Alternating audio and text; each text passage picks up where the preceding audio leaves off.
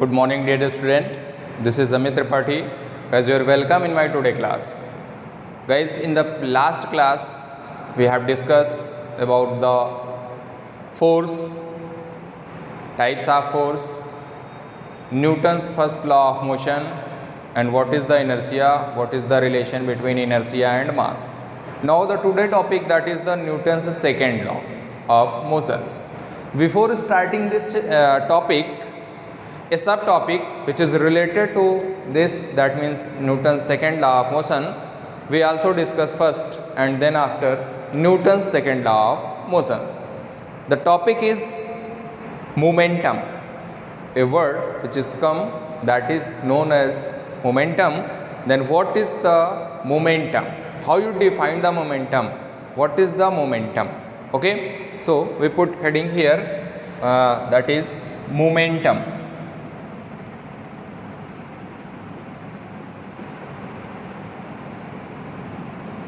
Momentum. Okay. Suppose that we define this topic with some basic examples which you will see in your daily life. Suppose that you have two boxes. This is the first box and this is empty. This is empty box, and there is another box, same size. Okay, the size of the box that is same. दोनों की size क्या है? Same है. This is filled. Suppose that this is filled with book. और ये भी क्या है? बॉक्स. इसमें क्या है? आपकी बुक रखी गई है. ठीक है. और ये क्या है? ये बॉक्स आपका empty. Clear. Suppose that in दोनों बॉक्स को आपको पॉइंट्स बी पे लेके आना है, मींस इस पोजीशन पे लेके आना है और इसको भी यहाँ पे लेके आना है. क्लियर. तो अगर मैं आपसे बोलूँ तो आप इजली फर्स्ट बॉक्स को, दैट मीन्स बॉक्स नंबर 1 अगर हम इसको पुट कर दें और ये आपका बॉक्स नंबर 2, तो आप इजली बॉक्स 1 को इस पोजीशन तक, या हम इसको सपोज कर लें दिस इज पोजीशन बी, तो पोजीशन बी तक आप इजली इसको मूव करा सकते हैं. कैसे? इसलिए उठाएंगे और ले जाके वहाँ पुट कर देंगे. या आप इसको स्लाइड करना चाहते हैं तो यहाँ से आप इस पर क्या करेंगे? इसको पुश करेंगे. That means effect of pushing is the change the position of the object. That means you will apply a force on this empty box. Clear. Suppose that जो आपने फोर्स अप्लाई किया, जो भी एफर्ट आपने apply किया है, अगर हम उसका सिर्फ और सिर्फ मैग्नीट्यूड कंसीडर करें तो वो कितना है? 2 है. क्या आप 2 मैग्नीट्यूड का, दैट मीन्स जो भी यूनिट में आप यूज़ कर रहे हैं, न्यूटन में जैसा यूनिट न्यूटन ही होती है, तो 2 न्यूटन का फोर्स अप्लाई करके आप एम्प्टी बॉक्स को इस पोजीशन से पोजीशन बी पे लेके जा रहे हैं. क्या सेम फोर्स के, सेम अमाउंट ऑफ फोर्स से, सेम मैग्नीट्यूड के फोर्स से, दैट मीन्स 2 न्यूटन के फोर्स से आप इसको भी इस पोजीशन पे लेके जा सकते हैं या नहीं? Okay. You imagine, are you able to move this box at the same force of magnitude, that is 2 Newton? You will able to displace this object, this fulfilled box with book, from this position to that position or not? You are unable to move this box from this position to that position. Why? Because the mass of these two objects, that is difference. The mass of the empty box is less than the mass of the fulfilled box. इसका मास क्या होगा? Less होगा, और इसका मास क्या होगा? Greater होगा. हमने आपको इनर्शिया में बता रखा था, the object which have greater mass that have more inertia. If the inertia is greater, that means you will apply the maximum effort or more effort in the form of pushing or pulling to displace the position of the object or to change the position of the object. Clear. That means यहाँ से आपको result क्या मिला? अगर आप इस point से यहाँ तक लेके आ रहे हैं, इस पॉइंट से आप पोजीशन बी को लेके आ रहे हैं, अगर आपने इसमें अप्लाई कर रखा है F1 फोर्स इस डायरेक्शन में, इस पर आपने अप्लाई कर रखा है F2 फोर्स, तो आपको यहाँ से मिलेगा F1 is less than F2. क्यों मिल रहा है? Because the mass of the first object is less than the mass of the second object. That means the object which have greater mass, if you want to change the position of that object, that means you will apply the maximum force or greater force. Okay, again if you want to discuss this object in the form of velocity, then that means what is the effect of force on the moving object, what will be changed in the position, in the velocity or in the speed of the moving object if you will apply the any external force on that object. Clear? Suppose that you have two balls, okay, mass of the these two balls, that means both balls are in same size and having the same mass. Clear? And in the first ball, if you apply a force that's magnitude that is 2 Newton along this direction, the ball will start moving along the direction of the force. Ball भी उसी direction में move करना start करेगी जिस direction में आपने force को apply कर रखा है. Clear? Then we suppose the speed of the moving ball that is u is equal to 2 metre per second. Okay, we suppose a ball which mass is constant, you have taken two balls which mass is constant and you apply a 2 Newton force on that ball, the ball will start moving along the direction of the application of the force with a speed that is 2 meter per second. Again you change the magnitude of the force which you have applied in first case. What happens? You just double the force. That means here we apply the 4 Newton force on the same size and same mass ball. The speed of the object will change or this will also continue with your motion, that is 2 meter per second. I hope your answer is the speed of the object will be changed.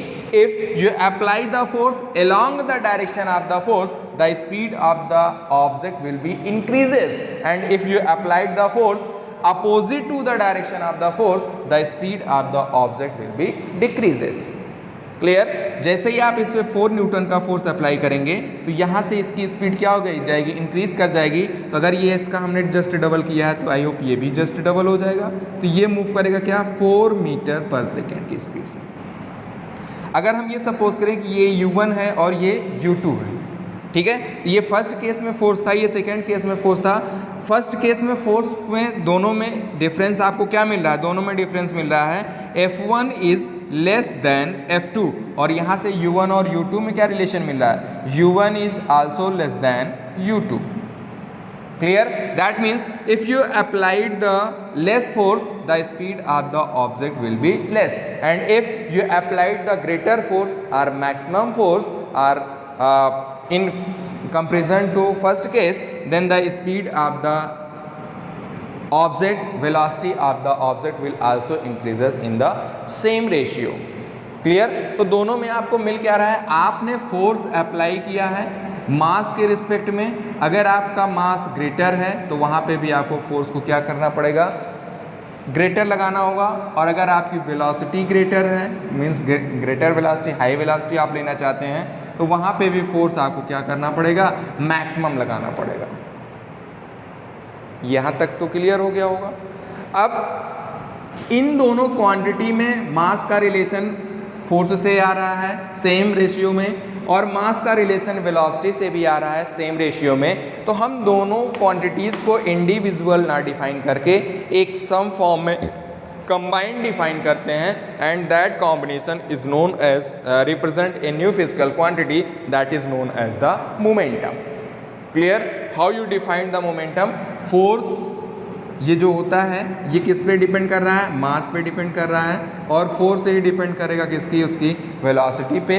तो velocity अगर greater find out करना है तो greater force, मास greater है तब भी उसको आपको फोर्स जो अप्लाई करेंगे वो क्या होगा, ग्रेटर होगा. तो अगर हम इन दोनों का प्रोडक्ट फाइंड आउट कर लें, किसका, मास और वेलोसिटी का प्रोडक्ट फाइंड आउट कर लें, मीन्स क्या हो जाएगा, m इंटू वी. क्लियर? ये रिलेशन जो आपको रिप्रेजेंट करेगा उसी को हम बोलते हैं momentum. Clear? That means momentum को रिप्रेजेंट करते हैं P से. Momentum of any object is the product of mass and velocity of that object. Simple definition है. Okay, Momentum of any object is defined as the product of mass and velocity of that object. Clear? Then what is the unit? What is the unit of momentum? Unit of momentum, मास की unit आपको पता है, मास की unit क्या होती है?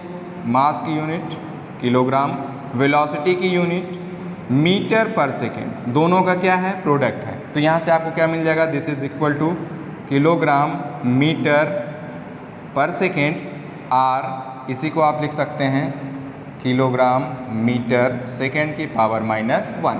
तो इसकी यूनिट क्या हो जाएगी? अगर आप यहाँ से यूनिट फाइंड आउट करेंगे तो यूनिट क्या हो जाएगी? किलोग्राम मीटर सेकेंड की पावर -1। क्लियर? ये आपकी यूनिट है। कैसे फाइंड आउट किया ये भी हमने आपको बता दिया। किसी भी फिजिकल क्वांटिटी की अगर आपको यूनिट फाइंड आउट करनी है तो आप वो फिजिकल क्वांटिटी जिन फिजिकल क्वांटिटीज़ पे डिपेंड कर रही है उनकी यूनिट जो है अगर आपका डिवीज़न में है तो आप डिवीज़न कर लेंगे, मल्टीप्लिकेशन में है तो मल्टीप्लिकेशन कर लेंगे, आपको फाइंड आउट हो जाएगा। Clear? Again momentum is, that means it is a vector quantity. What is the meaning of this? Vector quantity. That means momentum have magnitude and also the direction. Clear? Okay? And magnitude तो clear हो जाएगा, numerical value होगी, but what is the direction? The direction of momentum, the direction of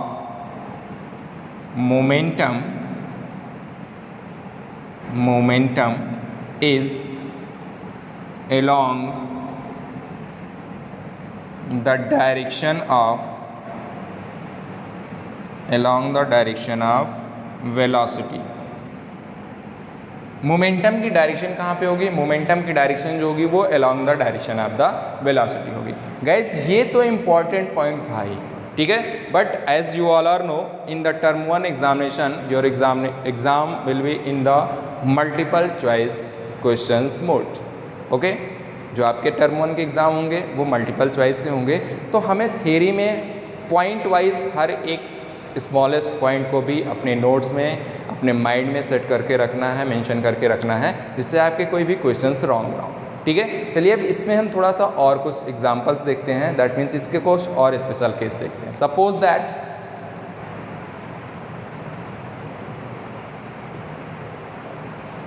case if the object is in rest position, object is in rest position then momentum। इस case में आपका momentum क्या होगा? अगर आपका कोई भी ऑब्जेक्ट रेस्ट पोजीशन में है तो उस केस में आपका मोमेंटम क्या होगा? As you all are know, rest position that means the speed और the velocity of that object is 0। यहाँ पे स्पीड या वेलोसिटी क्या हो जाएगी? 0। एंड मास उसका जो भी होगा तो यहाँ से p is equal to m into mass into velocity, इसकी वैल्यू क्या है? u। और इसमें आप वैल्यू पुट करेंगे तो मास उसका m है और रेस्ट पोजीशन में तो वेलोसिटी क्या हो जाएगी? 0। तो यहाँ पे मोमेंटम आपको क्या मिल गया? 0। That means if any object is in rest position the momentum of that object will be 0. Clear? Again, if object will move with initial velocity u, with initial velocity u and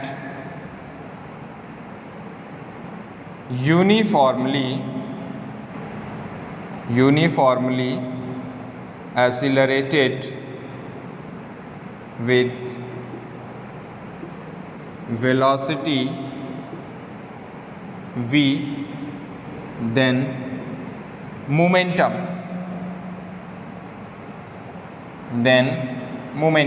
guys ये देखिए important point है। यहीं से आपका आएगा Newton's का second law, यहीं पे यूज होगा। अभी उसका भी डेफिनेशन हम आपको स्टेटमेंट देंगे।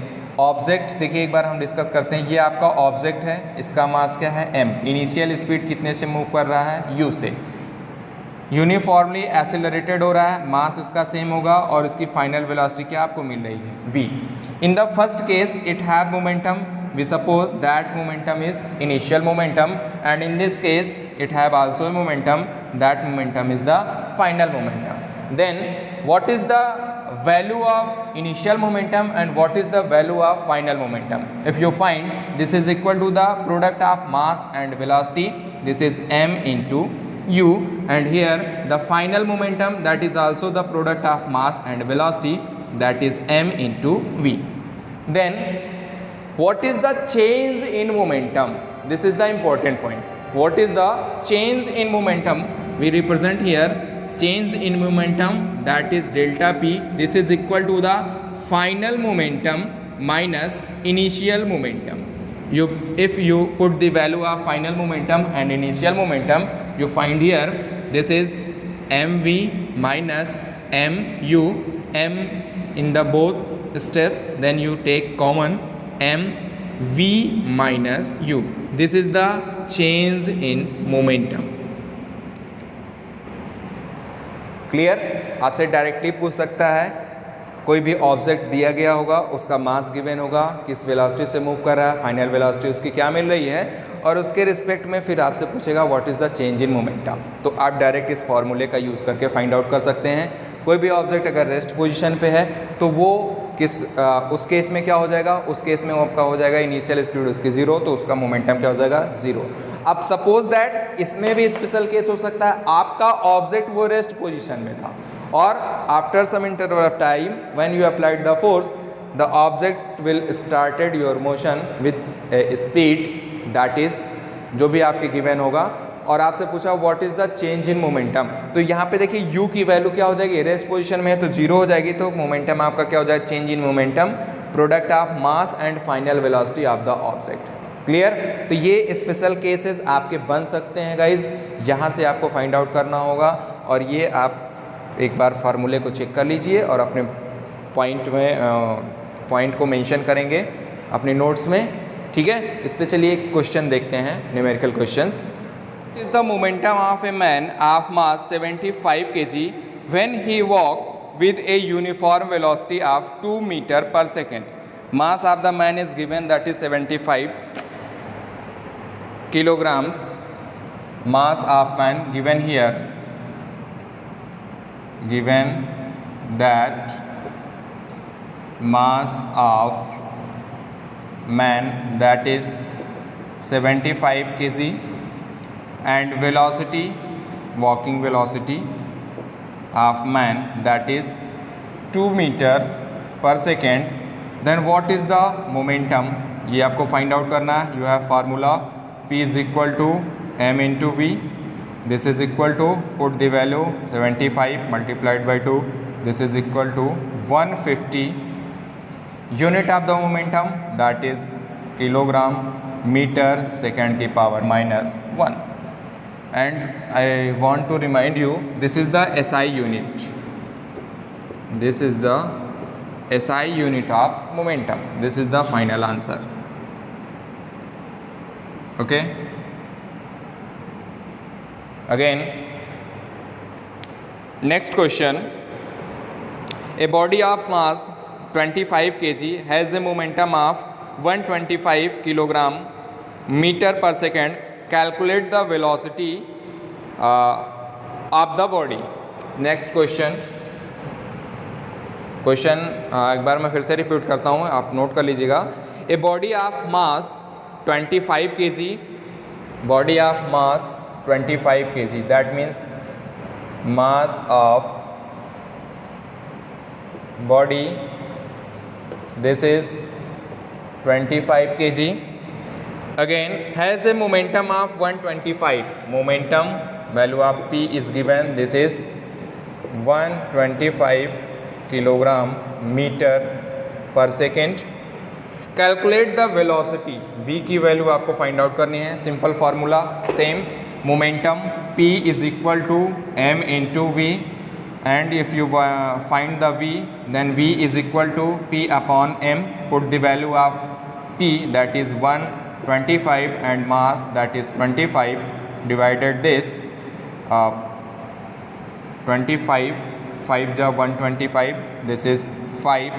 वेलोसिटी फाइंड आउट करना है तो वेलोसिटी की यूनिट क्या होती है? Metre per second. This is the answer. Okay guys, तो ये आपके क्वेश्चंस थे. कुछ ऐसे ही आपको फाइंड आउट करना होगा सिंपल शॉर्ट में. ये आपके ऑब्जेक्टिव क्वेश्चंस में इजली आप कैलकुलेट कर सकते हैं और ये आ सकते हैं. ठीक है, तो ये मोमेंटम था और इसके कुछ एग्जांपल्स थे. अब स्टार्ट करते हैं main topic, that is the Newton's law of motions.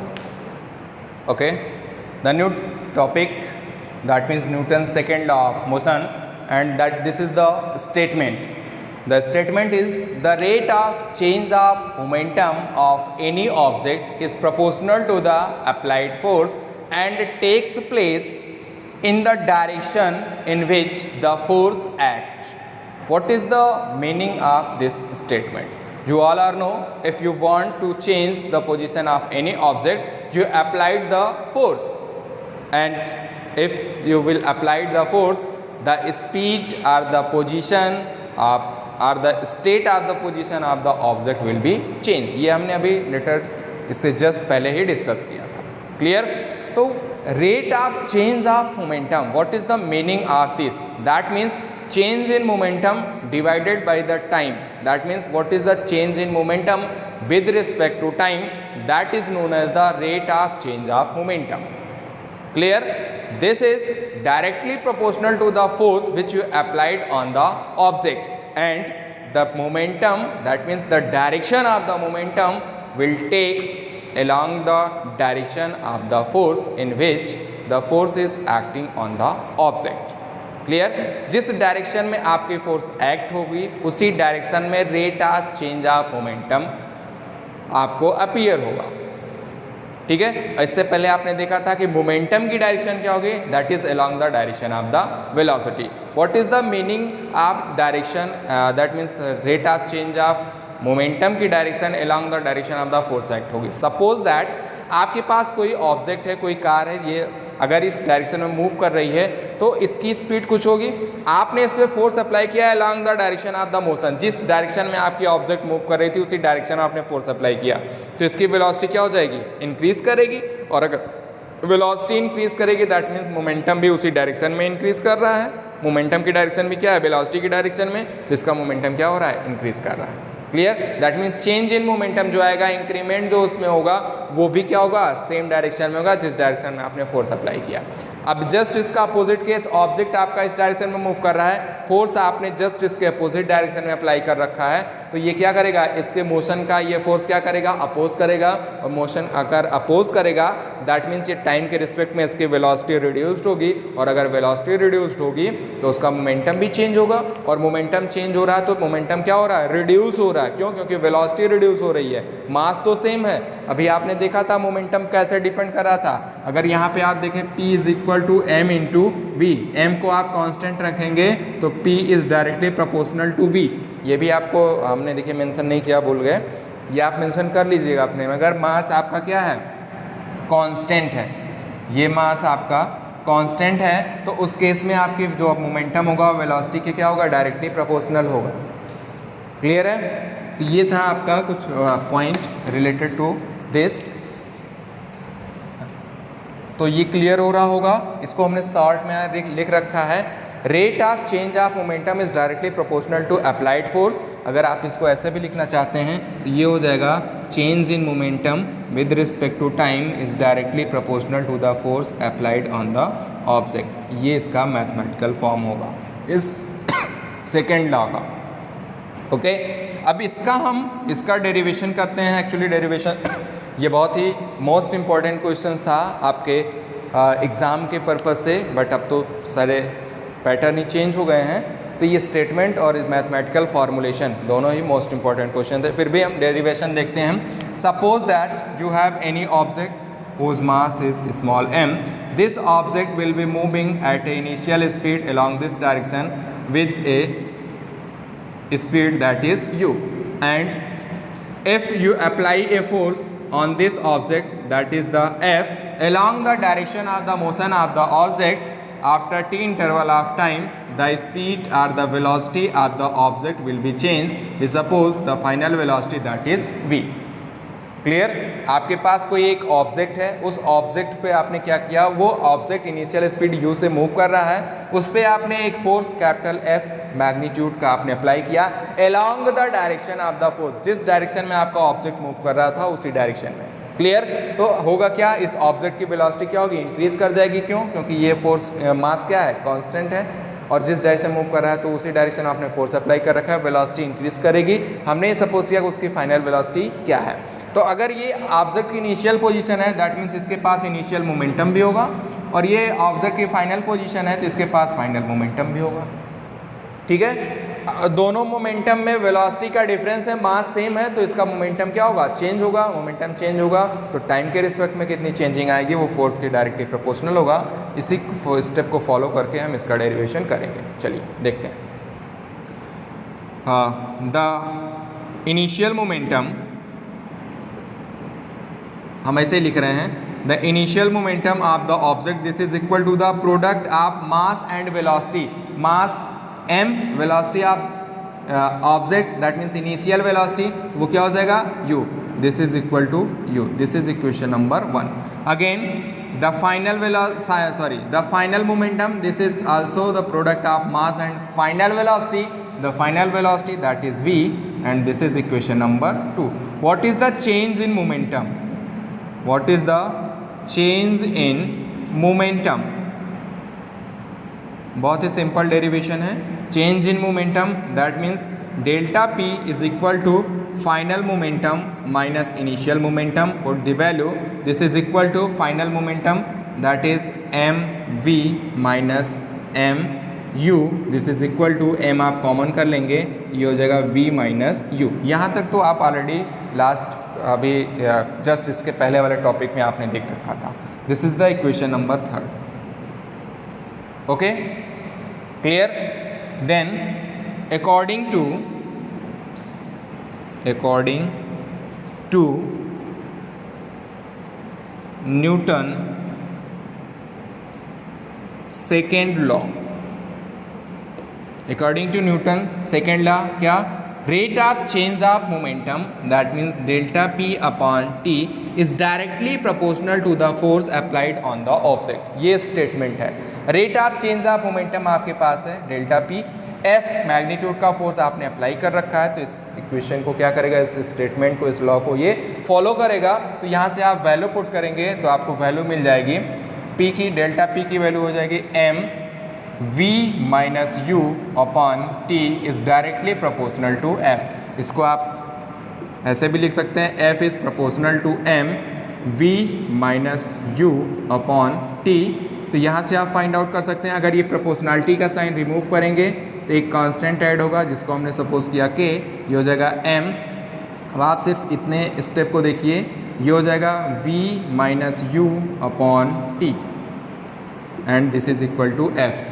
इस स्टेप को देखिए, इस स्टेप में क्या है, v माइनस u upon t, v that means final velocity minus initial velocity with respect to time, that means change in velocity with respect to time, and you all are know this quantity is known as the acceleration, and acceleration is represented by small a, so this is equal to k m into a. Here you write, since v minus u upon में t, this is equal to acceleration.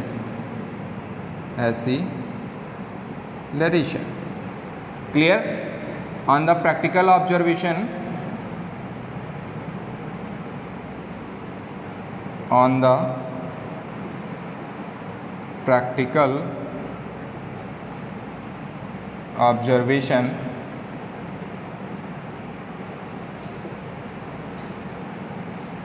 k is equal to 1, so f is equal to m into a. Clear? यहाँ से आपको force की new definition मिलेगी, that is force is equal to the mass and product of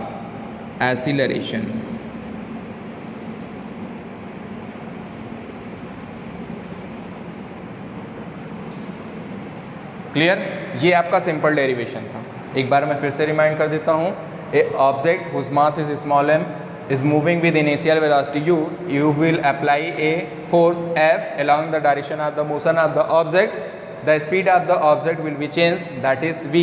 Then the initial momentum product of mass and initial velocity, final momentum product of mass and final velocity, change in momentum, final momentum minus initial momentum, put the value, you find this, you applied the Newton's second law of motion statement, then you get F is proportional to m v minus u upon में t, that means force is directly proportional to change in momentum upon में time, and v minus u upon में t, this represents the change in velocity per unit time or rate of change of velocity, that is known as the acceleration, and value of k is 1. Then you find a new formula of force, that is F is equal to m into a. Clear?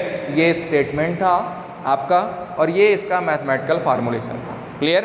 अब हम discuss करते हैं F is equal to m into A का। ठीक है, इसका एक brief introduction आपको फिर लेके चलते हैं, करते हैं, और इस पर बेस्ड कुछ एग्जांपल्स में हम देखते हैं। Okay, F is equal to m into a, that means applied force on the object is equal to the mass into acceleration. Then what is the unit? What is the SI unit? SI unit of force.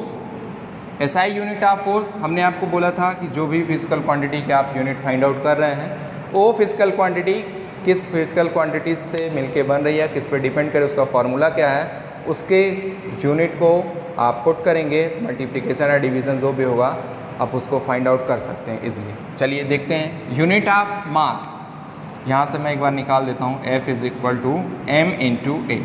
Unit of mass that is kilogram, and unit of acceleration this is metre per second square. ठीक है, तो इसके value का क्या है? Multiplication, तो ये हो जाएगा क्या? This is equal to kilogram metre per second square, और आप इसी को लिख सकते हैं किलोग्राम मीटर सेकेंड की पावर माइनस 2। क्लियर? तो यहाँ से आपकी यूनिट क्या हो जाएगी? यूनिट आपकी हो जाएगी किलोग्राम मीटर सेकेंड की पावर माइनस 2। ये है यूनिट ऑफ द फोर्स। और इसकी एक अनदर SI यूनिट है जिसको हम बोलते क्या हैं? न्यूटन। रिप्रेजेंट करते हैं किससे? कैपिटल N से। One important things here, nobody is represent this as like a small n। ठीक है, you always mention this, this is the capital N। ठीक है, फिजिक्स में किसी भी फिजिकल क्वांटिटी की यूनिट अगर किसी साइंटिस्ट के नेम पे है तो उसका रिप्रेजेंटेशन हमेशा कैपिटल लेटर से किया जाएगा। ये आप अपने माइंड में सेट कर लीजिए। किसी भी फिजिकल क्वांटिटी की यूनिट अगर किसी साइंटिस्ट के नेम पे रखी गई है तो उसका representation always in capital letters होगा। ओके, और अगर वो किसी साइंटिस्ट का नेम नहीं है तो वो किस में होगा? स्मॉल लेटर में होगा। ये आप क्लियर करके रखिएगा। Okay, then we again take, हाँ, this is the vector quantity, this is the vector quantity. ये क्या है? Vector quantity, that means it have magnitude and also the directions. Again we take this point, that is F is equal to ma, F is equal to ma, this is equal to m into a. If you find the value of a, that means acceleration is equal to the F upon m. Clear? अब देखिए इसका important conclusion point यहाँ से कुछ निकलने वाला है। क्या? सपोज दैट आपके पास एक ऑब्जेक्ट है जिसका मास क्या है? स्मॉल m, और ये भी ऑब्जेक्ट क्या है? इसका भी मास क्या है? Small m। आपने इस पर फोर्स अप्लाई किया 2 न्यूटन का, और इस पर आपने फोर्स अप्लाई किया 3 न्यूटन का। दोनों केसेस में मास क्या है? सेम है। और इसका एक्सीलरेशन अगर आपको फाइंड आउट करना है तो आपको क्या मिलेगा? ये अगर फर्स्ट केस का है तो इसमें a1 is equal to f upon में m, दैट मीन्स 2 अपॉन में m। क्लियर? अगर m की वैल्यू को हम सपोज करें ये 1 kg है तो ये भी 1 kg होगा। इसकी वैल्यू हो जाएगी कितनी 1 kilogram, this is equal to 2 metre second की पावर -1, ये A1 की वैल्यू आ गई। देन इसमें आप फाइंड आउट करेंगे तो यहाँ पे आपको क्या मिल रहा है A2 is equal to F upon में M, value of F that is 3 and value of M that is 1, this is equal to 3 metre second की पावर -2। ये क्या मिल गया A2। दोनों को आप कंपेरिजन करेंगे तो आपको क्या मिलेगा A2 is greater than in comparison to A1। A2 की वैल्यू क्या है ग्रेटर है इन कंपेरिजन टू A1। और अब आप यहाँ पे देखिए तो यहाँ पे आपको क्या मिला, जिस ऑब्जेक्ट पे आपने मैक्सिमम फोर्स अप्लाई किया है उस ऑब्जेक्ट में एक्सीलरेशन भी क्या है ग्रेटर है या मैक्सिमम है। In which condition, if the mass of the object is same, that means mass of the object will be same or constant. Clear? That means अगर आपके पास कोई एक ऑब्जेक्ट है उस पर आप डिफरेंट मैग्नीट्यूड का फोर्स अप्लाई करते हैं तो उस ऑब्जेक्ट में जो एक्सीलरेशन प्रोड्यूस होगा वो उस अप्लाइड फोर्स के क्या होगा डायरेक्टली प्रोपोर्शनल होगा। क्लियर? तो यहाँ पे आप लिख सकते हैं if the mass, if m is constant then acceleration produced in the object is directly proportional to the force applied on the object. Clear? Again, if force acting on two different masses object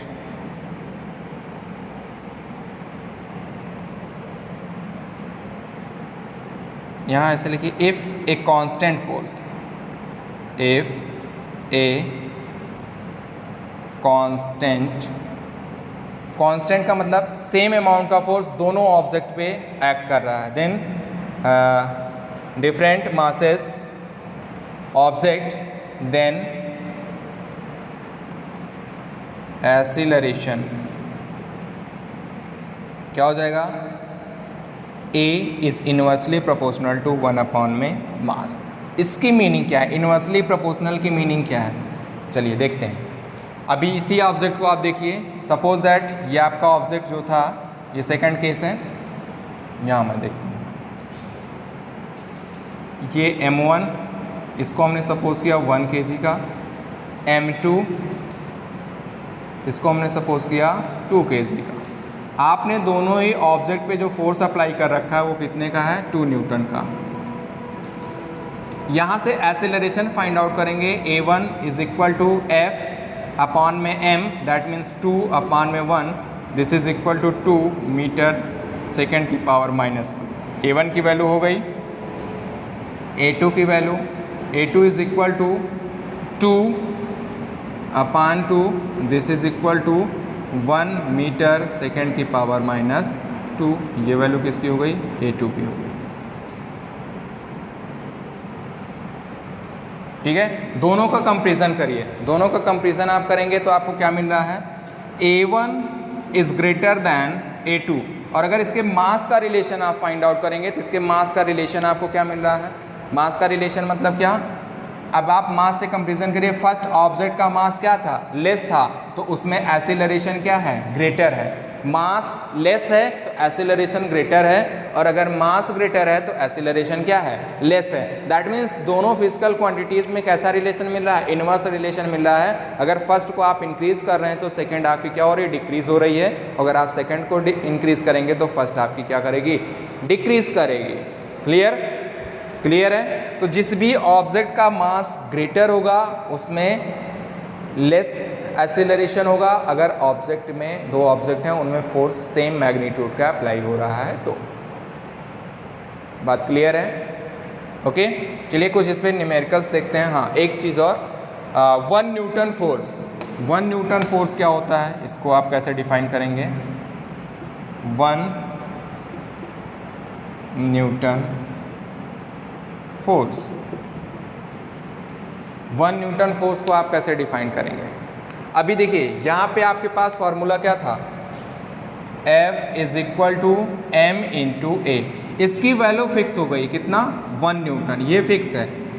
ठीक है, अब आपको ऐसी value m और a की ऐसी value choose करनी है जिससे दोनों का मल्टीप्लिकेशन किसके इक्विवेलेंट हो, 1 के इक्विवेलेंट हो।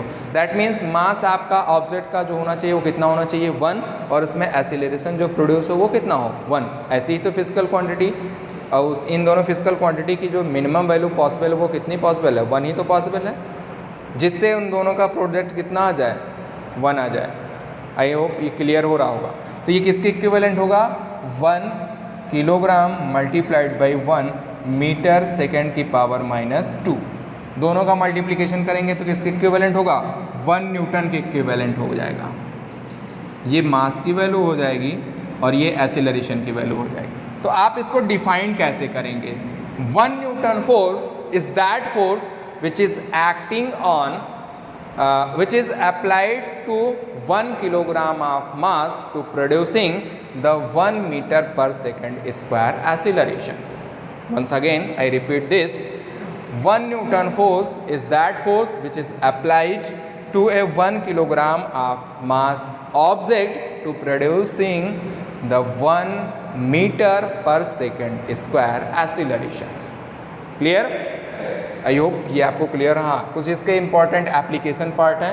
एप्लीकेशन जो आपके क्रिकेट प्लेयर्स होते हैं वो जब किसी बॉल को कैच करते हैं तो अपने हैंड को पीछे की तरफ खींचते हैं। क्यों? क्योंकि जब आपकी बॉल, चलिए देखते हैं, जब आपकी बॉल यहाँ से आ रही है, आपको यहाँ पे हैंड पे कैच करना है, तो आपको अगर इस पे हैंड कैच नहीं करें, आपने हाथ को पीछे नहीं ले जाएंगे, दैट मीन्स इससे जो फोर्स इस पे आपके हैंड पे इम्पैक्ट होगा वो आपके हैंड को इंसर्ट कर सकता है। ठीक है, और आपके हाथ से बॉल कैच में नहीं आ सकती, वो छूट भी सकती है। तो अगर आप उसको अपने हाथ को पीछे लेके जाते हैं, दैट मीन्स उस बॉल का आपके हाथ के साथ जो रिड्यूसिंग टाइम, उसकी वेलोसिटी का जो रिड्यूसिंग टाइम होगा वो क्या करता है, इंक्रीज करता है। तो इसका जो फोर्स का इफेक्ट होगा वो क्या करेगा, रिड्यूस होगा। अगर टाइम इंक्रीज करा तो फोर्स का इफेक्ट क्या होगा, रिड्यूस होगा। देखिए अभी हमने आपको बता रखा था delta P upon time is directly proportional to F. इस टाइम को आप क्या कर रहे हैं, इंक्रीज कर रहे हैं। टाइम ज़्यादा है तो फोर्स का वैल्यू क्या होगा, लेस होगा। यहाँ से आप देखिए फोर्स की वैल्यू क्या हो जाएगी, लेस हो जाएगी, और फोर्स की वैल्यू लेस होगी, दैट मीन्स वो आपके हाथ को इंसर्ट भी नहीं करेगा और आप उसको इजिली कैच भी कर सकते हैं। उसकी वेलोसिटी जब रिड्यूस होगी तो वो बॉल आपके हाथ में ही रहेगी। क्लियर? सेकेंड, जो आपके हाई जंप के एथलीट्स होते हैं वो किसी भी ऐसे सॉलिड प्लेस पे या हार्ड सरफेस पे नहीं जंप करते हैं। ठीक है, जहाँ पे रफ हो या सैंड हो, ठीक है, वहाँ पे जंप करते हैं। वो उनका भी सेम कॉन्सेप्ट है, वो रिड्यूसिंग टाइम जो होता है वो इंक्रीज होता है, तो impact of the force on his foot by the surface is decreases, that's why its foot will be avoid to insert and they will easily jump from that point. Clear? And one important things, that means one important use also here, that is the use of seat belt when you drive, that prevents the passenger to the accident. Same case is here, जब आप seat belt को लगा के रखते हैं, अगर suppose that accident हुआ तो वो सीट बेल्ट आपको, आपकी जो टाइम होती है उस टाइम को क्या करता है, इंक्रीज करता है, जिससे आपका जो फोर्स उस पर इम्पैक्ट हो रहा है उसका मैग्नीट्यूड रिड्यूस होता है, तो पैसेंजर्स जो होते हैं वो इंजरीज से बच जाते हैं। ठीक है, तो ये इंपॉर्टेंट एप्लीकेशंस थे, उसको आप एक बार अपने साइट से भी देख लीजिएगा। कोई प्रॉब्लम होती है तो आप उनसे पूछिएगा। देखते हैं इसमें कुछ important numericals. Okay, the first question, what force would be needed to produce acceleration of 4 meter per second square in a ball of mass 6 kg? This is the very simple questions. The solution, number 1, first you write given that acceleration of 4 meter per second, that means value of a is given, that is 4 meter per second square of mass 6 kg, that means mass of the object, this is 6 kg. What force would be needed, that means value of F आपको find out करना है। You all are know the formula F is equal to m into a, put the value of m that is 6 and value of a is 4. This is equal to 6 और 4 का multiplication 24 unit of force that is newton. Capital N से आप represent करेंगे. This is the answer. Okay, ये first solution था. Second का solution, second question, what is the acceleration produced by a force of 12 newton exerted on a object of mass 3 kg. The value of force, that means given that force value of F is equal to 12 Newton. Okay, exerted on an object of mass 3 kg. That means mass of the object, this is equal to 3 kg. Then find the acceleration. What is the acceleration? Value of A आपको find out करना है. You all are know the formula F is equal to m into A. Then find the value. A is equal to F upon m. Put the value of F that is 12 and value of m this is 3 is equal to, divide करेंगे तो value आपको मिल जाएगी 4. This is acceleration. So the unit of acceleration that is meter per second square. This is the answer. Okay, then question number third, which would require a greater force accelerating a 10 gram mass at 5 meter per second square or a 20 gram mass at 2 meter per second square. That means आपके पास दो object हैं, उसमें से first का mass given है 10 ग्राम और second का mass given है 20 ग्राम. फर्स्ट को एसिलरेट करते हैं 5 मीटर पर सेकेंड स्क्वायर से और सेकेंड को एसिलरेट करते हैं 2 मीटर पर सेकेंड स्क्वायर से. तो दोनों में किस ऑब्जेक्ट को एसिलरेट करने के लिए maximum that means greater force की रिक्वायरमेंट होगी? तो चलिए देखते हैं. In first case number 1, m1 is equal to 10 gram. तो ग्राम को आप चेंज करेंगे किलोग्राम में, ये वैल्यू आपकी हो जाएगी 10 upon 1000 kilogram. Clear? And acceleration A की वैल्यू गिवन है. फर्स्ट केस में ए कितना है? 5 metre per second square. That means 5 metre per second square. तो फर्स्ट केस में फोर्स की रिक्वायरमेंट कितनी होगी? F1 is equal to m1 into a1. Put the value of m1 10 upon 1000 multiplied by a1 that is 5. ये value आपकी हो जाएगी 10 से 10 cancel out. This is equal to 0.005 newton. This is the F1. Clear? In second case m2 is equal to 20 gram. This is equal to 20 upon 1000. 10 से 10 cancel out. This is equal to 2 upon 100 kilogram. And acceleration a2 this is given that is 2 metre per second square. 2 metre per second square. Then force F2 m2 into a2. put the value of m2 this is 2 upon 100 multiplied by 2. this is equal to 4 upon 100 and this is equal to 0.04 Newton. Sorry, यहाँ पे 100 से आप divide कर रहे हैं तो 2 point ही आएगा. एक ये मिस प्रिंट है, एक चेक कर लीजिएगा इसको. 0.5 न्यूटन ही होगा. ठीक है, एक बार आप इसको यहाँ पे करेक्ट कर लीजिएगा. अब दोनों का आप कंपेरिजन करिए तो F1 की वैल्यू और F2 की वैल्यू में कौन सी वैल्यू ग्रेटर है? ये अगर हम इसको सपोज करें कि फर्स्ट इक्वेशन और ये second equation comparing equation 1 and 2, we find F1 is greater than F2. So first object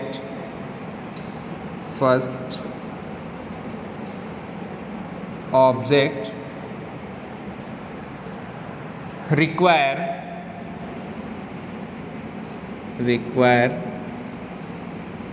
greater force. Okay, first object require greater force, ठीक है, क्यों? क्योंकि F1 की वैल्यू ग्रेटर है, और F1 किसके लिए फोर्स है? फर्स्ट ऑब्जेक्ट के लिए। तो ये कुछ आपके एग्जांपल्स थे, इस पे बेस्ड और भी आप न्यूमेरिकल सॉल्व करेंगे। आई होप आपको टॉपिक क्लियर हुआ होगा। कैसा लगा है आप कमेंट सेक्शन में कमेंट करके बताइए। नेक्स्ट क्लास में मिलते हैं with a new topic, that is the Newton's third law of motion, and very important and interesting topic of this chapter. Okay, thank you, have a nice day.